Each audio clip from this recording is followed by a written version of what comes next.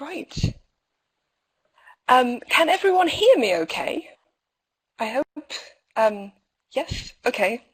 So far a yes? Good. Okay. So, hello everyone. I am Claire Hart, the IATEFL BASIC Web Coordinator, and on behalf of IATEFL, it's my pleasure to welcome you here today to this webinar. This is the 7th in the IATEFL webinar series. Our presenter today is Scott Thornbury. Scott is currently Curriculum Coordinator of the MA TESOL program at the New School in New York. His previous experience includes teaching and training in Egypt, the UK, Spain, and his native New Zealand. His writing credits include several award-winning books for teachers on language and methodology. His most recent book, Teaching Unplugged, won a British Council Innovations Award, or ELTON, in 2010. He is also series editor for the Cambridge Handbooks for Teachers series.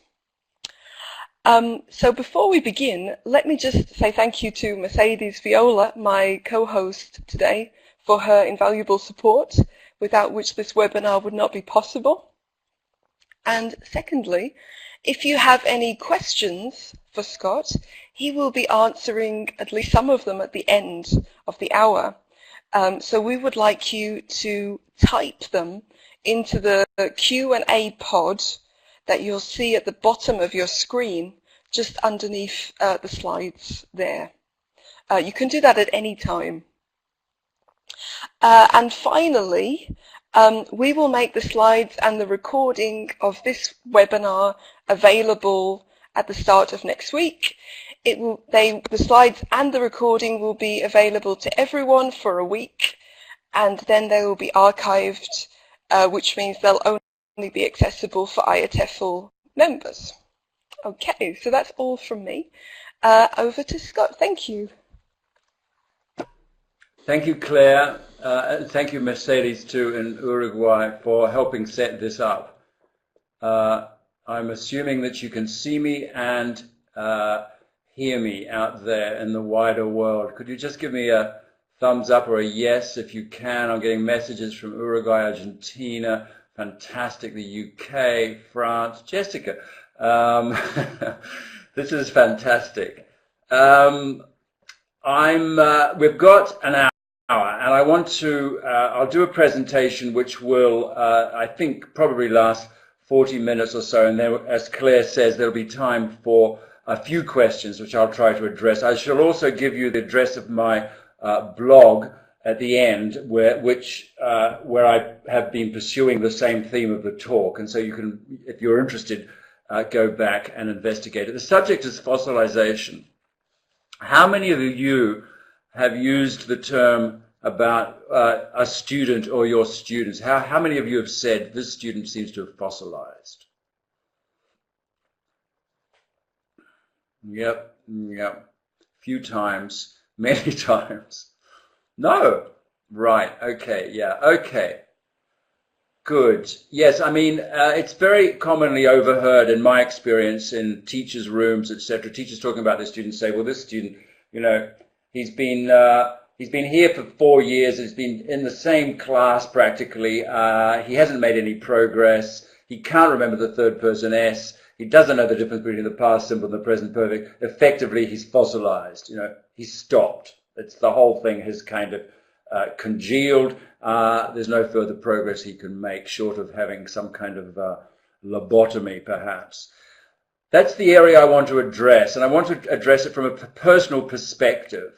And this is the plan of what I hope to get through in the next 40 or 45 minutes. And let's see if we can do that. What I want to share with you is an experience I've had in the last 3 or 4 months where I attempted to, in a sense, defossilize the Spanish that I've been working with for the last nearly 30 years. So first of all, then, let's have a bit of background. So this is the part one. I'm living in Spain. I arrived here in 1986, and I arrived with very little Spanish and a terrible pair of trousers. This was me, 1986, as a teacher trainer in a school, a school in Barcelona, where, as I say, I didn't have a lot of Spanish to start with. I'd taken a few lessons before I arrived with a friend in London. I had a bit of vocabulary. Of course, I had a lot of cognates. I had a lot of words that I recognized when I read the newspaper because they were similar to English words. But effectively, I came as a kind of beginner. And I was kind of airdropped into a institution which was a language school, an English language school, and so the predominant language was English. Most of the staff spoke English. The Spanish that I was using mainly in the weekends and was doing those kind of sort of day-to-day things like shopping and restaurants and taking taxis and that kind of thing. I signed up for some classes in Spanish almost straight away, and they were okay, but they didn't seem to be addressing my real needs. They seemed to be too focused on kind of course book grammar and very little opportunity to use language in the ways that I saw relevant to my needs outside the classroom. We had a lot of fun. We played a lot of games. We did a lot of activities. But it was kind of unfocused, or if it was focused, it was focused very much on specific grammar items. So what I did, I didn't last in the classes very long. I don't think I remember very much about those classes. I did set up a kind of what in Spanish is called an intercambio, a kind of conversation exchange with one of my students. So half an hour of Spanish, half an hour of English. And that was useful, although I think we were both frustrated by the fact that we were still at a kind of level where we couldn't really talk about the things we wanted to talk about films, about books, about politics and that kind of thing. I then arranged with a group of friends to do something similar. We met every Monday evening and we had a kind of conversation, and again, changing the language, taking turns to speak Spanish and English, and that was very useful.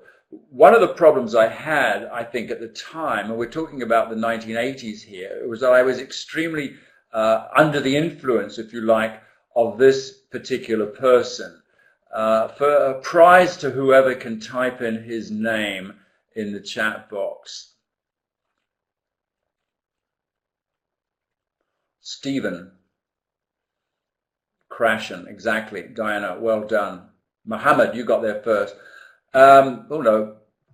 Yeah, Stephen Krashen was a big influence on me at the time, as he was on a lot of teachers, a lot of teacher trainers. His theory that you could learn a language simply by being exposed to it, by understanding messages, was extremely powerful, and not only because he was able to articulate it in a very engaging way, but because up until that time we'd been living in a kind of, for a long time, in a very much a kind of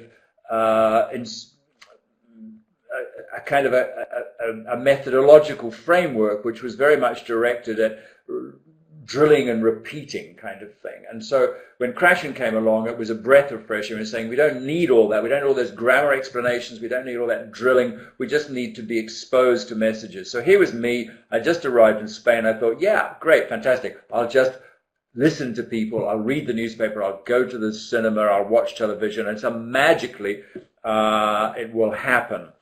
Well, it didn't. Stephen, you let me down badly. It didn't happen. Weeks went by, months went by, years went by, and basically what had seemed to have happened, that I had a kind of a Spanish which was serviceable, but it was extremely limited, and it seemed to have basically stopped. It had fossilized. So let's look at this concept of fossilization, which we've been talking about.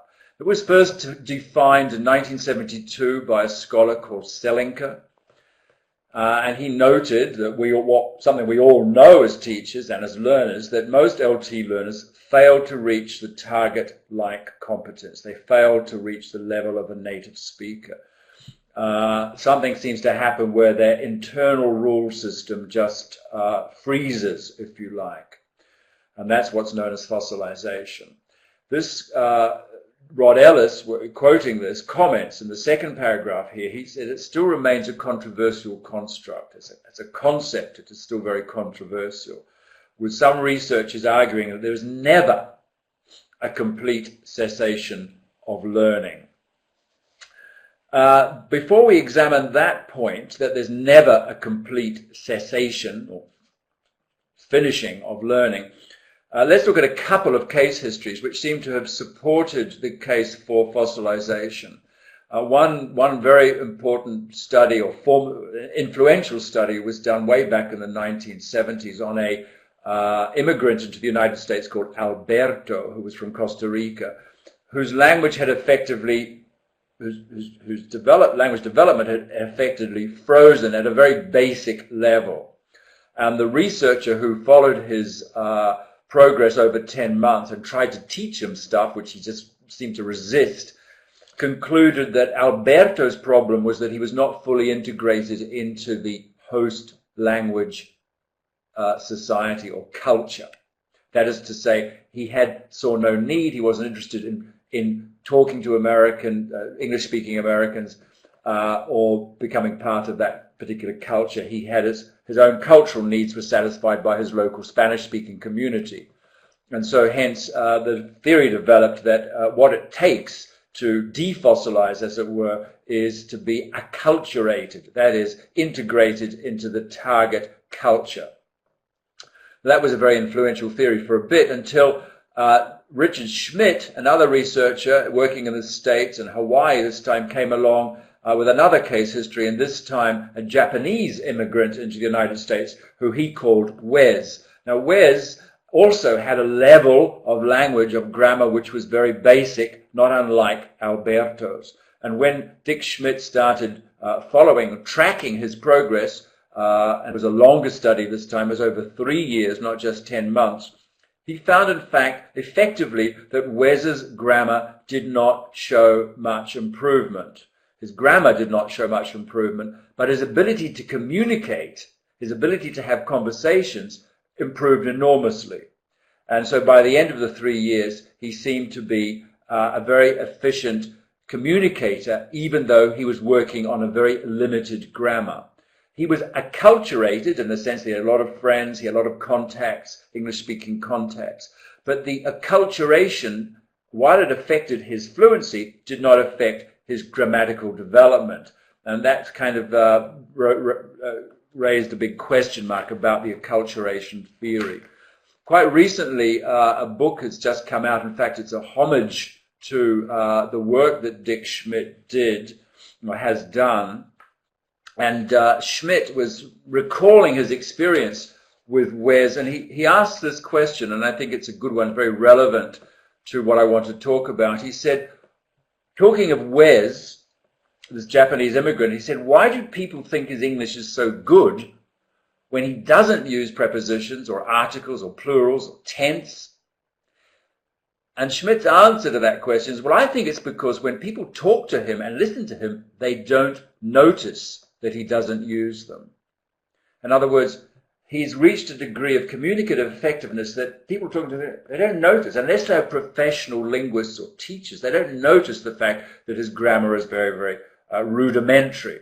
And this is a situation that I found myself in very much with Spanish to a large extent. There's a lot of the grammar I had, in a sense, avoided because it seemed too complicated when I first started learning.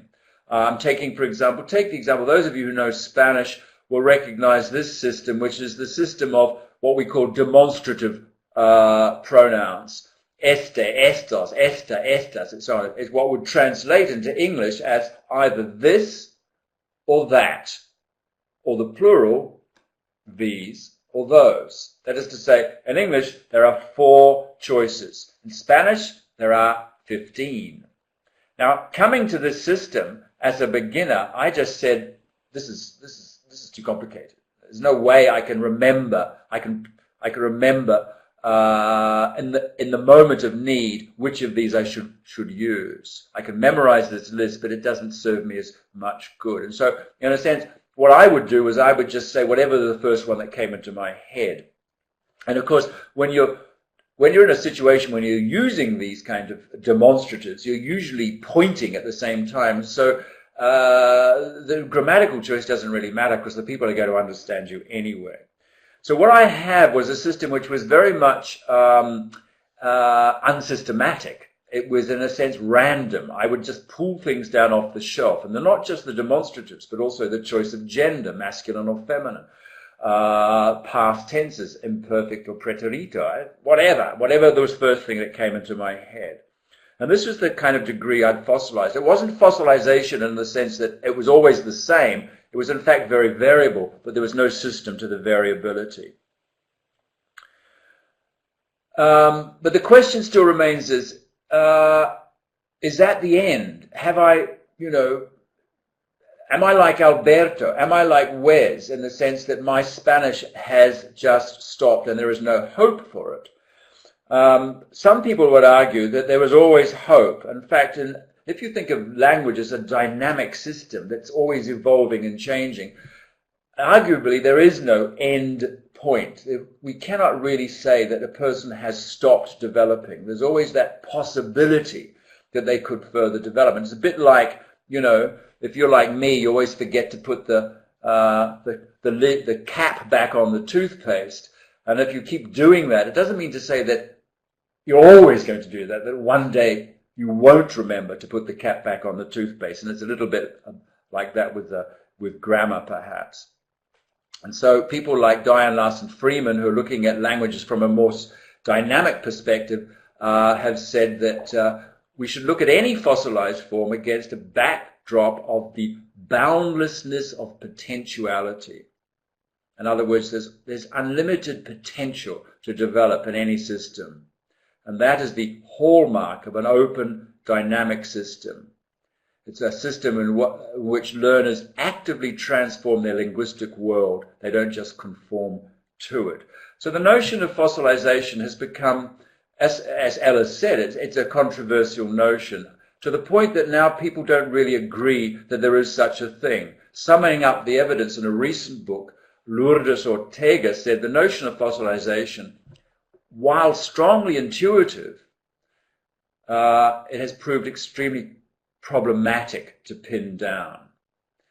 Fossilization in the sense that the system just stops. And so what the scholars now tend to prefer as a term is not fossilization, which sounds too kind of permanent, but the notion of stabilization. And in a sense, it's like we see that with our students. They stabilize at a certain point, and then, lo and behold, a month later, a year later, suddenly they see progress. And many of us as second language learners have experienced that ourselves. So what I was interested in with my Spanish was seeing if I could destabilize it. If I could, in a sense, get off this meseta in Spanish, the plateau that I seem to be stuck on. What one writer has called the okay plateau. The okay plateau is where we're as good as we need to be. And that was me with my Spanish. I'm as good as I need to be for all intents and purposes. So I'm kind of running on autopilot. But there's a long way from the summit, if you like. So my challenge then was to see if I could destabilize my Spanish, if I could do something about it after so long on this meseta, the okay plateau. So how was I going to do this? Well, the first thing I did was I enrolled in some intensive classes. But treating this whole experience as a kind of experiment, I decided, first of all, I needed some kind of measure of my level of Spanish. I needed an external, I could describe more or less what I can do and what I can't do, but I was interested from the point of view of the experiment to see what an external assessment of my level of Spanish would be. And for this I found a test which I was able to do in Spanish. You can do it over the phone. It's very simple. It takes half an hour, and it gives you a kind of readout. This is the Diagnostic, and the readout looks something like this. I know you can't see that, but you get a printed readout with descriptors of what your level of the target language is. Looking at it more closely, this was how I was rated on 4 different bands, as it were. So overall, 60 out of 80.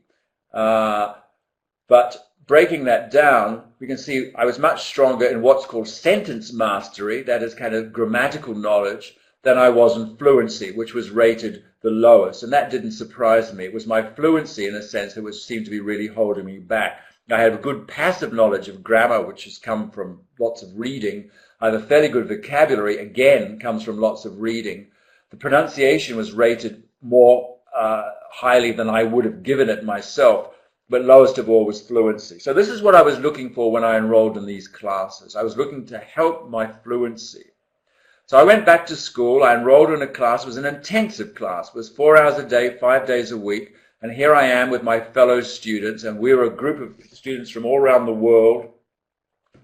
I don't think there was a single nationality that was duplicated. And there's 5 of us there, but it went up and down, up to about 8 or 9. And it was a fantastic group of students. We were in a kind of high intermediate level. And as I say, we were there for 4 hours a day. We learned a lot about each other. There were a lot of things, and I had 3 teachers overall. They kind of took turns, and they were great teachers. They were very experienced. They were native speaker teachers of Spanish, and they were very good at, they knew their grammar very well. They were very good at giving explanations. But there were things I didn't like, I have to admit. Some of the things I didn't like were the fact that the course was very bound, as it was with those courses I did so far back in the 1980s. It was very, very much focused on the textbook and the grammar in the textbook, which was not necessarily the grammar that we were having problems with. In fact, one of the teachers admitted, and she said, really, you guys, your problems are like all students at your level. They're problems of grammar that are dealt with much further back down the scale. Ser versus estar, the past tenses, por y para, and all kinds of things like that. What the teachers were very good at, though, was letting us kind of talk. And as students, we were very good at seizing the opportunities to talk, because I think we all recognized that what we needed was practice, practice, practice. Even though we could get practice outside in the street, the practice we got in the classroom was so good because the teacher was there to help and support us, and we supported each other. So some of the things I liked about my classes, and this is what I wrote in the blog, for me the real benefit was the chance to be communicative within the safe climbing frame that the classroom dynamic offered. It was a kind of safe environment. You could climb up, but you wouldn't fall because there was always somebody there to support you. And when I was kind of summarizing the experience after the 2 intensive weeks, I said, what are classes good for, and generally? What is it that I really liked about being back in the language classroom? And my summarizing comment was that they're very good places for incidental learning to occur. I mean, incidental learning, not the learning that the teacher necessarily plans, but the kinds of things that come up in the discussions that we were able to have. So the incidental learning, particularly of the kind that emerges naturally out of the classroom tasks. And even better, classrooms are great places to rehearse, experiment, take risks, and get support at the point of need, when you really need it. And this is the thing that I decided I most enjoyed about the classes, that I couldn't have done on my own. And the confidence it gave me was incredible. I mean, I would come out of those classes just wanting to speak Spanish. I remember running into a friend. I saw a friend of mine on the other side of the street as I was going home from a class, and I crossed the street to talk to her in Spanish when, a few months ago, I would have crossed the street in the opposite direction to avoid talking to her. So a tremendous feeling of confidence. Unfortunately, the confidence didn't last longer than the classes did, but I'll come to that in a minute. One of the things that we did in the class, which I was really grateful for, was one of the teachers gave us a task, which was to give a presentation to the other students in the class. The theme in the course book was cities. So we each had to choose a city and give a presentation to the rest of the students. And of course, we chose cities that we were very familiar with. This was a tremendous challenge for me, getting up in front of the students without, just having a few notes and giving a presentation, using a PowerPoint. But it was something that I'm kind of used to doing in English. I do it all the time as part of my job. So in a sense, the task was nicely balanced with what I could do, i.e. give a presentation, and what was difficult, that is to do it in Spanish. But the experience was fantastic. I had a captive audience. The teacher was very supportive, gave lots of feedback at the end, etc. And it made me start to think that maybe, I actually can do stuff with my Spanish that I didn't think I could, and maybe I should focus on the things that I can do and the things that I want to do, and lower my sights a little, not try and, I had this idea when I started this project, I'd love to be a Spanish speaker like some of the friends I've got who can speak fluently and go to parties and tell jokes. I'll never be able to do that. But if I redefine my goals and think, think of something more realistic and more achievable, then it's possible that I might get more satisfaction out of the experience. And as I wrote in my blog, what I want to achieve is not mastery of Spanish, but mastery of my Spanish. That is the Spanish that fulfills my communicative needs. And when I think back on my experience, why was it that I didn't take this initiative earlier? One of the reasons was because I was kind of overwhelmed by the amount of work that would be necessary to achieve a level of Spanish which was target-like. There comes a point as a learner, when you're a beginner, you feel progress constantly. You're learning more words, new structures, you're becoming more communicative. As you reach the intermediate or high intermediate plateau, progress is much less obvious. And you also realize, especially if you read the literature, that to make any progress, you're going to have to make a huge amount of effort, even for a very small increment of progress. And that's what kind of put me off, demotivated me from making the effort. I just thought, it's not worth it. However much effort I put in, it's going to show such minimal returns. It's what's called the law of diminishing returns, that, I might as well just not bother. I needed a theory of motivation, however, which was more optimistic, which gave me something that I could say, yeah, this motivates me. And the theory of motivation that I was introduced to by my good friend, and I know she's in the room, Jessica Mackay, is the one that's been promoted by Zoltan Durniai, and that is the notion of our different selves, if you like. The ideal self, the person that you want to be in the language that you're learning. Not some kind of imaginary, unrealistic native speaker-like person, but the person I can see myself as possibly being. And if that person is a powerful motivator, then and we have a clear visualization of that ideal L2 self, then crossing the bridge between what I am like now and reaching that ideal is a very powerful motivator, as that quotation says. So what was my ideal L2 self? Well, the experience of the presentation suggested that maybe my ideal L2 self is what I do in my daily job, which is giving talks and seminars and webinars like this, is to become a Spanish-speaking webinar giver, if you like. And so this is me, and this is my ideal self. And the discrepancy is not great. I'm doing the same thing, but all I'm doing differently is I'm doing it in Spanish. And this provided a great motivator. It was something that I could align myself to, and not bother too much about achieving a huge amount of knowledge, of probably inert knowledge that I wouldn't need. I could now focus on what it is that I need to be able to do in Spanish, and what it is I need to be able to say to achieve that ideal self. And so it's a question, as I say, of aligning myself and the language, my resources, to the situation. As Suresh Kanagaraja says, language learning involves an alignment of one's language resources to the needs of the situation. rather than reaching a target level of competence. I'm never going to become C1 or C2 in Spanish, but if I can align my resources to what it is that I want to do in specific situations and contexts, then maybe I will become a speaker, not of Spanish, but of my Spanish.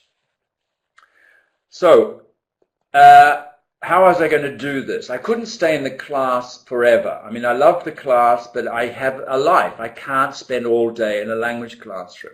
So I needed to be able to do things outside the classroom which would help me align myself with my ideal self. One of the things, of course, is reading. I mean, extensive reading. And reading something that I've been doing ever since I arrived in Spain. I read the newspaper every day. I calculate I read 1 million, maybe 2 million words of text a year just in newspapers alone. That's a lot of text. Now, all the evidence suggests that I should have an enormous vocabulary. Research that's been done on extensive reading shows that it pays dividends in terms of vocabulary learning. I calculated my vocabulary in Spanish, and I've got probably a passive vocabulary of something like 10,000 words, which sounds like a lot, but I emphasize the word passive. Those words are not necessarily available when I need them in speaking or writing. So what is it that I haven't been doing that would have helped my reading? And what is it that I could do now which will help my achieving this ideal self, me as the presenter in Spanish? Well, one way I realize is that I need to pay more attention to the words that I'm reading. I tend to read fluently, but rather superficially. In fact, it's the kind of reading, unfortunately, that we often encourage our students to do in class. We say to them, oh, just read the text, just get a general understanding. You don't have to understand every word. This is how I've been functioning in Spanish for 25 years. I don't have to understand every word. I now realize that if I'm going to improve my vocabulary, I have to understand every word. I have to understand every word. If there's a word I don't understand, I don't rely on context, I look it up. I used to hate doing this because stopping reading, going to the dictionary, etc. Now, of course, I have an online dictionary. I can read the newspaper on my iPad and I can skip to the dictionary straight away and I can find a definition. And not only that, the dictionary records all the words I've looked up so I can go back and review them. And then I can take those words and I can put them into some kind of online memorized word tool. And this is the one that I'm using, and there's plenty out there. This is Anki, and I have it on my iPad, I have it on my iPhone, and I can just review the vocabulary whenever I want. So what I've got here, and also notice that here it says communicative teaching, and the translation, la enseñanza comunicativa. These are not words I found in the newspaper. I changed my reading habits. The newspaper was great, but it's very limited in terms of the register. It wasn't helping me with my professional life because it's not about education very often. It's certainly not about second language education.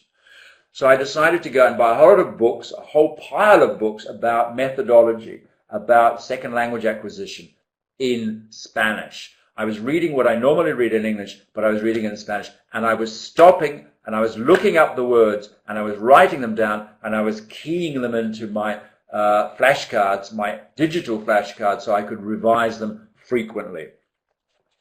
And I really started to pay dividends. I was suddenly starting to accumulate a kind of professional vocabulary, and one that, although still passive, had the potential to be activated. And this is the key. How do you activate it?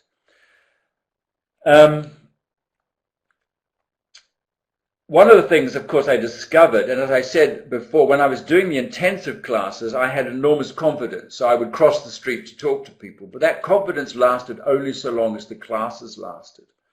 I found as soon as I stopped going to the classes, I kind of felt I withdrew into myself again, and I felt embarrassed and ashamed to be speaking bad Spanish, and I felt fear of being corrected and being judged, the whole affective thing that had held me back, if you like, for so long. I had lost, again, this so-called willingness to communicate. And that's what I want to look at now. This notion, which is very current in the literature, what is called willingness to communicate. It seems to be such an important thing. And if the students don't have it, then it's really going to hold them back. How do you achieve willingness to communicate? And what is it that works against willingness to communicate. Of course, one of the things, as I mentioned, is anxiety. It's fear. It's fear of being corrected, of being evaluated, of being judged, of being criticized. Because to criticize somebody's language is to criticize them, because language and identity are so closely bound up. And it's this word identity, of course, that's important. It was this kind of this sense that my identity was threatened when people evaluated my Spanish.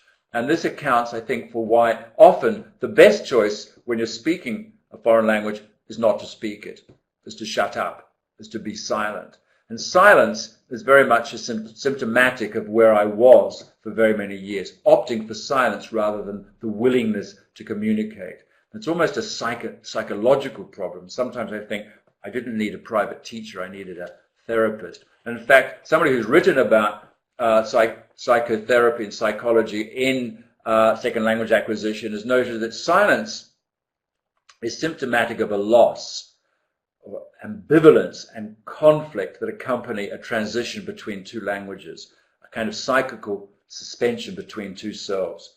Your one self, which is your, in my case, my English-speaking self, and my Spanish-speaking self. And how do you bridge that gap?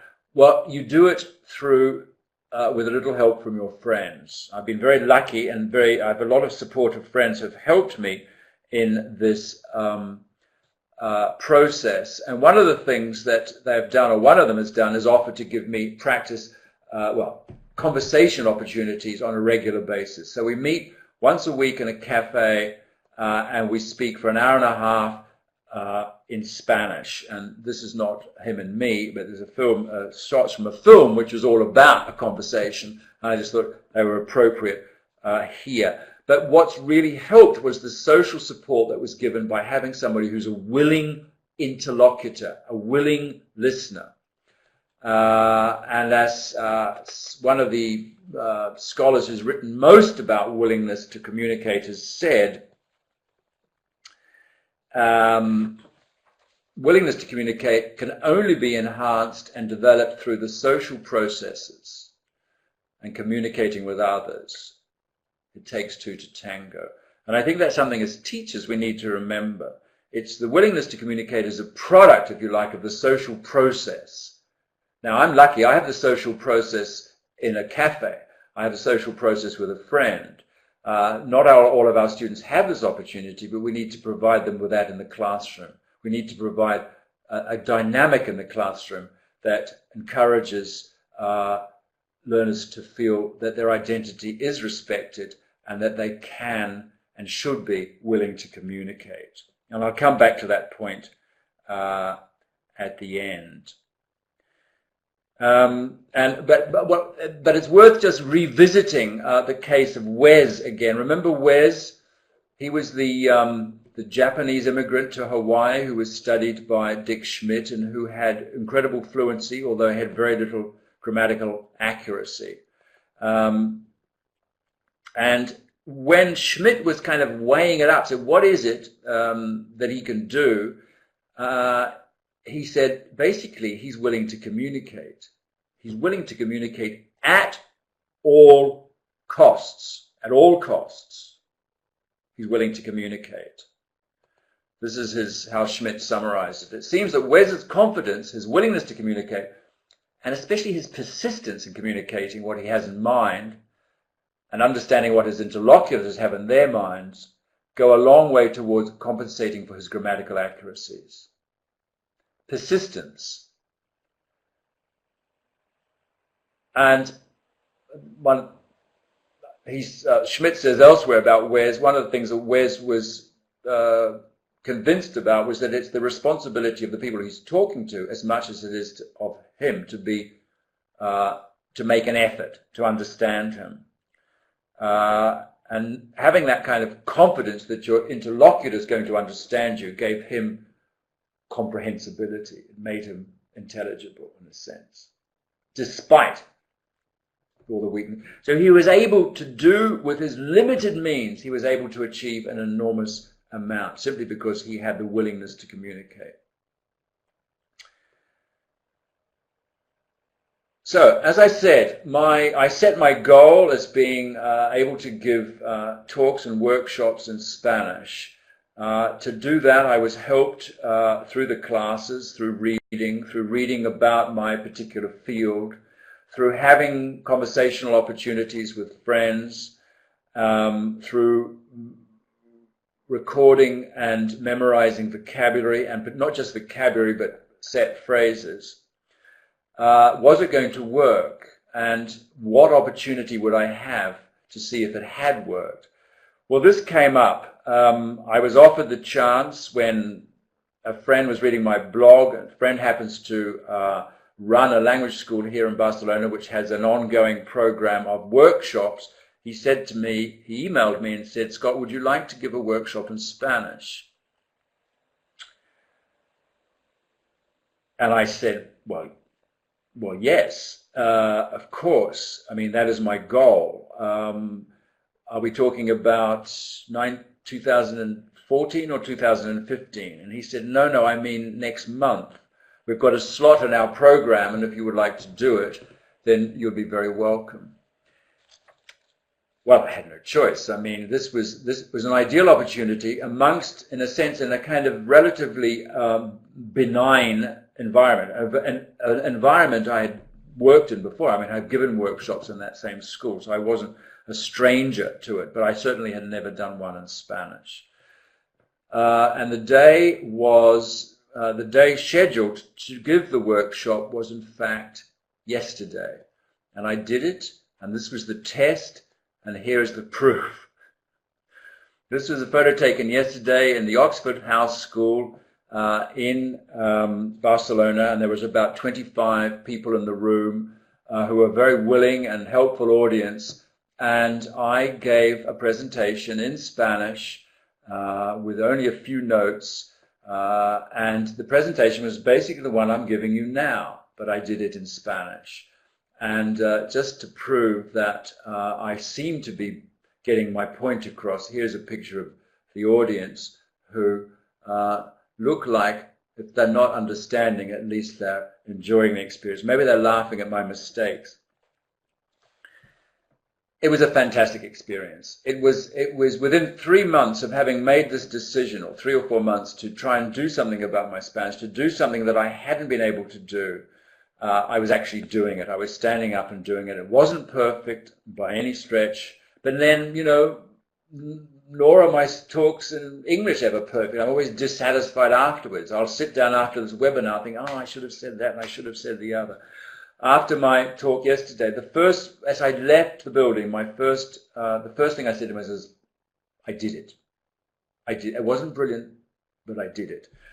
And I can do it again. I can do it again. I was not unwilling to communicate. And you know what? The best thing about it was the fact that although it was a workshop, although it was relatively formal, it was the people in the room who made it possible. And look at them. They were on side, they were smiling, there was eye contact, there was laughter. It was the social context, again, which broke down the barriers of this willingness to communicate. I was willing to communicate because I was amongst friends. It was so important. And a friend of mine who rehearsed me before the workshop, she said to me, in fact, last week, she said, focus on somebody who looks like they're enjoying it and looks like they're understanding, and just focus on that person. Great advice. So, where are we at? We're nearly at the end. What have I learned from this experience? And of course, it's not over, but how can I sum up my feelings at the moment about the experiment, if you like? Well, by the way, I plan to do the test again. Remember the test I showed you, the telephone test of those 4 different factors, sentence mastery, etc. I'm going to do it again in a week's time to see if there's any noticeable improvement. You may be wondering, incidentally, how a test on the telephone can tell you anything about your grammar or your vocabulary. I'm wondering too, but it seems to be a very well-researched, well-based test. And I was talking to an expert in testing about this test, and she said, yeah, when she first heard of it, she thought it was a crazy idea, but she says she's read all the research that's gone into it and has tested the test, and it comes out very highly rated on on both in terms of reliability and validity. So I'm going to try it again and to see if there's any perceptible improvement. Certainly there's improvement in terms of my own competence. But let's just sum up. As I said, there's many things I've learned from this experience, and there's many, one of the gratifying things is to learn that there's many other people in the world out there like me who feel that they've reached a level in their second language which is kind of stabilized, so they don't quite know how to go about destabilizing it, and they feel a little bit guilty, as I felt guilty. And so, in a sense, it's not a problem that's unique by any stretch of the imagination. I think the most important thing I've learned, though, is the point I've sort of made already, and made it with reference to Wes, and I've made it with reference to my sort of ideal self, is that you need to make the most of what you've got. And learning to become a speaker of a second language is being resourceful. Resourceful. Not just in terms of learning about the language, being resourceful, using all the tools that are available, reading a lot, listening a lot, using the online digital flashcards, etc. Yes, that's being resourceful. But also, I mean, being resourceful with the limited, it may be quite limited, grammar and vocabulary that you have, just as Wes was. To quote Alistair Pennycook, who says, we have repertoires of linguistic resources which we use locally, that is to say, in specific situations, in specific contexts. That's how we use language. So our goal as language educators, as teachers, might be to better understand, our goal might be understood as developing resourceful speakers,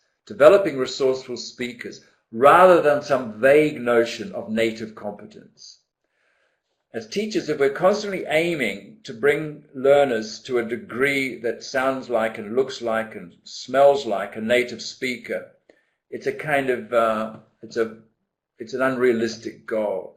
Much more useful is to develop their resourcefulness, their communicative resourcefulness in a range of different contexts, to help them to, in a sense, own the language, become owners of the language, to turn the target language into my language, to turn Spanish into my Spanish, the Spanish that I need for my particular purposes in my particular context. That seems to be the challenge.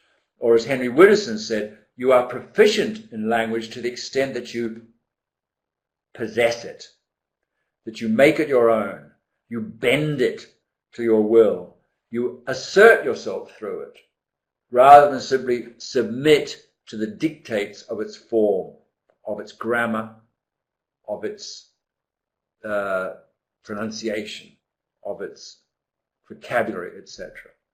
You need to make it your own. And I think that, to me, has been the most important lesson.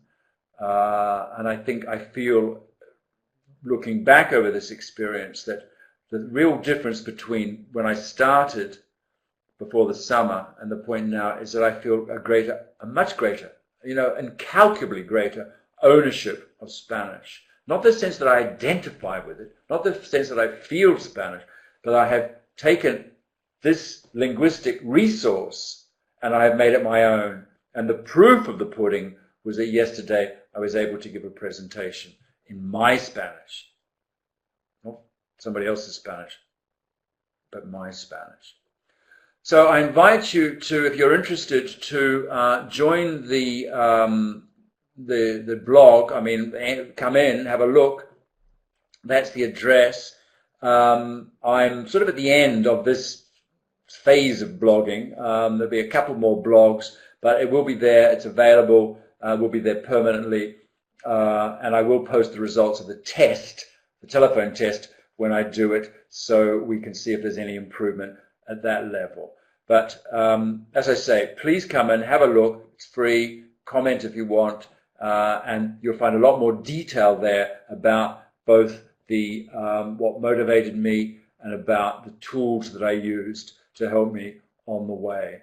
So in the end, in answer to the question that I started with, is it possible to destabilize what appears to be a kind of fossilized level of language. Even at somebody with my advanced years, I would say, yes, it's possible. It's possible, particularly if there's a kind of reorientation of the target towards something which is feasible, practicable, and where the focus is on ownership of the language rather than simply learning the knowledge about the language. So on that note, thank you so much for bearing with me. We have 10 minutes exactly, so I will, if you take questions from the chat box, and as they arise, hang on. Okay, here's okay, here are the questions. Elizabeth says, ooh, Krashen's example, do you think that some people have a gift for languages in the same? Yes, yes, yes, of course they do. No doubt about it. It's called aptitude. It's been well researched, and there are all sorts of factors which correlate with aptitude, like having a good ear. Musicality does help, etc. So yes, absolutely. You have a gift for it. If you don't, you have to work a lot harder, but it's not impossible. Another question from Nick in the United Kingdom. For you, how does the concept of fossilization relate? How does the concept of fossilization or stabilization relate or not to the idea of ELF, English as a lingua franca, becoming a recognized variety? That's a very good question. It's almost worth a whole webinar. I didn't mention English as a lingua franca, but clearly this changes the, moves the goalposts, and it moves them, I think, much closer to the learner in a sense. If we take English as a lingua franca, we're not, just as if we take spoken language as opposed to written language as the goal, we're limiting to a large, not limiting the communicative possibilities. Now that's a very important point. ELF isn't a kind of reduced form of the language in the sense you can only do so much with it. It's simply a kind of, I would say, miniaturized form of the language. And this is what I thought about my Spanish, that I needed to be able to do everything that anybody can do in Spanish, but I needed to do it with fewer resources. Roxana asks, can we teach willingness to communicate? No, but we can provide the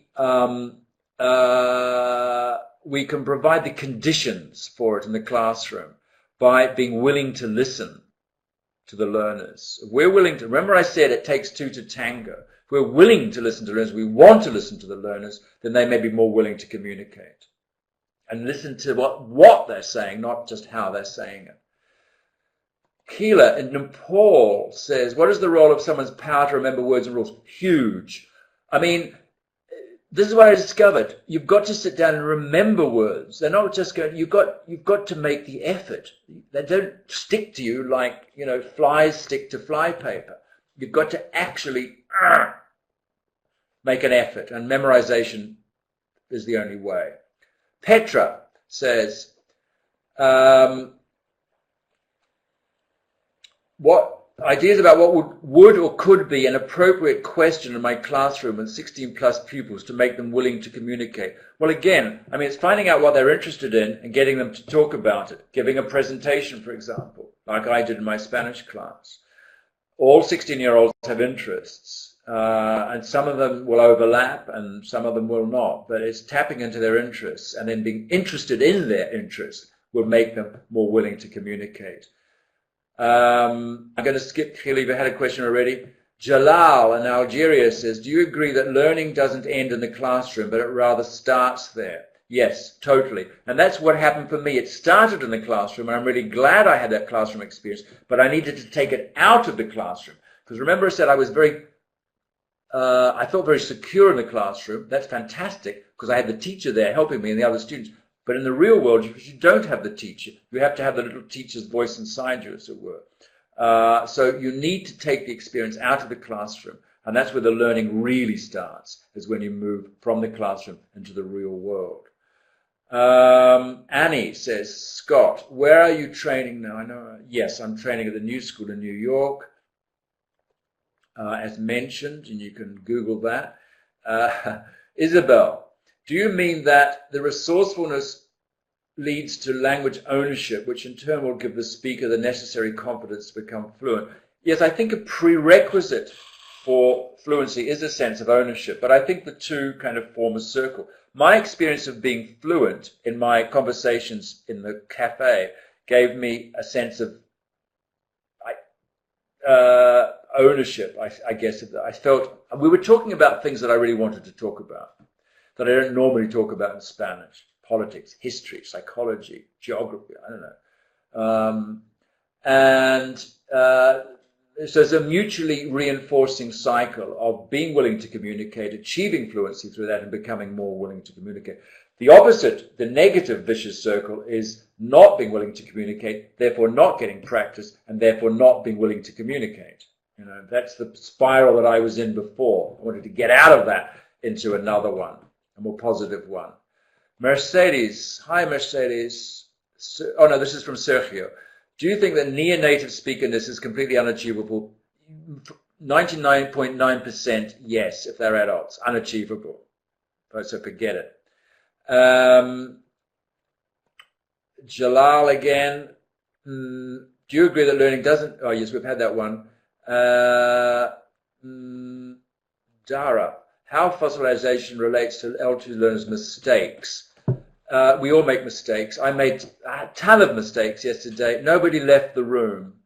Nobody died when I made a gender mistake. So, you know, mistakes, they only matter to examiners. They didn't matter to the people yesterday. We all make mistakes, and you learn by making mistakes. Make mistakes, get feedback. Fantastic.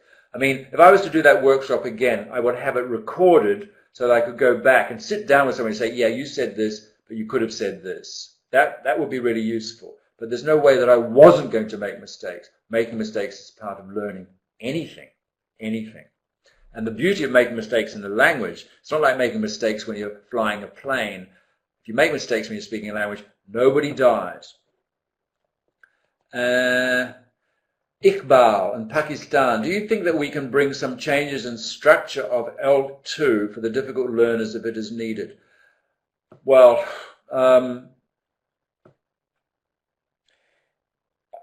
I think what you mean, well, I'm not sure if I do know what you mean. I think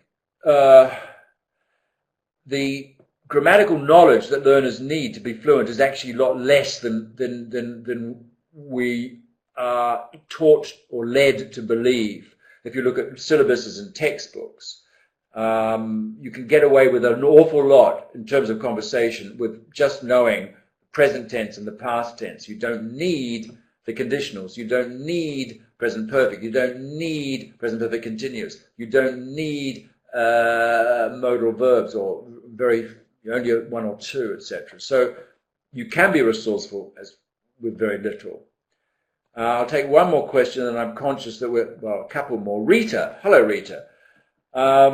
We all have the aptitude to learn our first language, therefore an aptitude for learning a second language must certainly be something more than just a normal aptitude for language learning. Yes, this is more a question of psychology. Yes, I mean, the fact is that although we have an aptitude for learning our first language, it's innate, that doesn't transfer necessarily to the second language. So there must be more involved. It's psycholinguistic, certainly. But I say it's also sociolinguistic. It's to do with social circumstances in which you learn it. And the better the social circumstances, the more chances you will have of learning it, of getting this ownership, as I say. Now, as I said before, if the students are not in a position where they have a possibility to socialize in the language, which is not, I mean, there are more possibilities now than there used to be because of the internet. But if they don't have that outside the classroom, then you've got to create it in the classroom. And Badra from Jordan, Ahlan wa sahlan, can a lot of instant correction in class help remove fossilized mistakes? I think correction is indispensable. There's no doubt about it. But it has to be done in the right spirit. Not like, you made a mistake, therefore you're stupid, this is how you should say it. No. You say, this is what I think you're trying to say. This is how you could say it better. That is so important. I learned that in my Spanish intensive classes. I loved getting that kind of feedback. You said this, but this sounds a little bit more target-like. Jessica, hello Jessica. Has your ideal Spanish self changed now?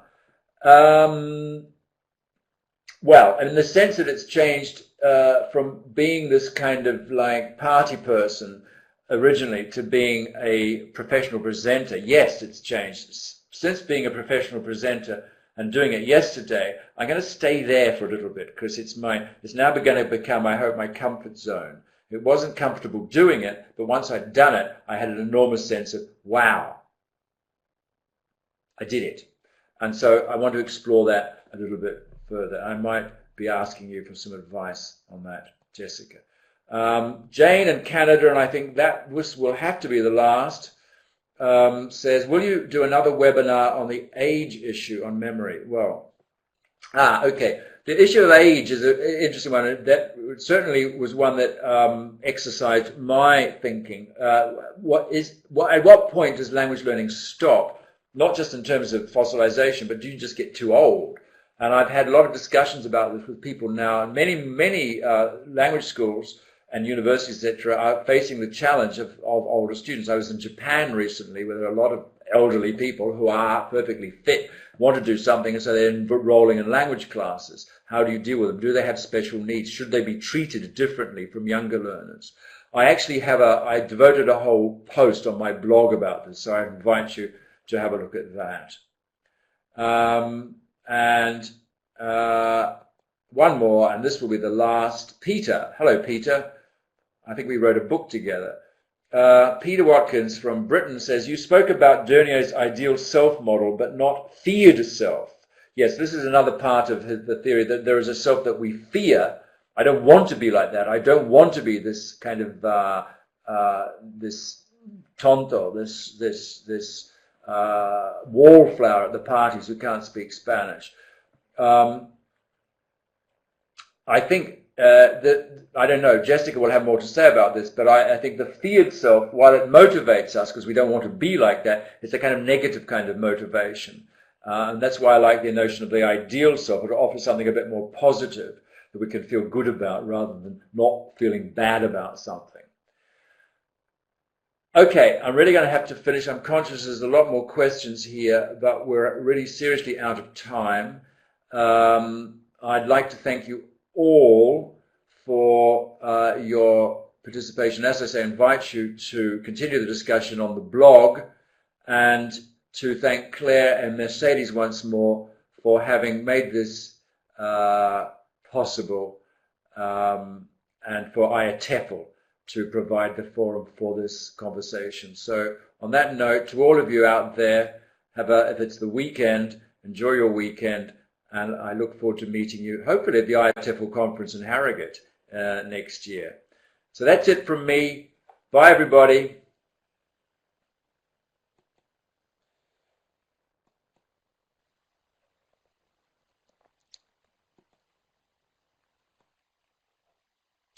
Hi everyone, this is Claire here again. I just wanted to thank Scott again very much for such a brilliant and thought-provoking webinar today, and to tell you about the next IATEFL webinar. There won't be one in December because of Christmas, but the next one will be on the 31st of January 2014 at 3 p.m. GMT. It will be presented by Tessa Woodward, and it will be on enjoying personal and professional creativity. We also have 2 other online workshops or webinars happening tomorrow. One is presented by the IATEFL Learning Technologies SIG. It's called Appaganza, so it's about using apps, and it starts at 2 p.m. GMT. And then we have another one presented by the Business English SIG at 3 p.m. GMT. That's Andy Johnson and Luke Thompson from the UK talking about using technology and online resources for materials writing. Okay, so I hope you all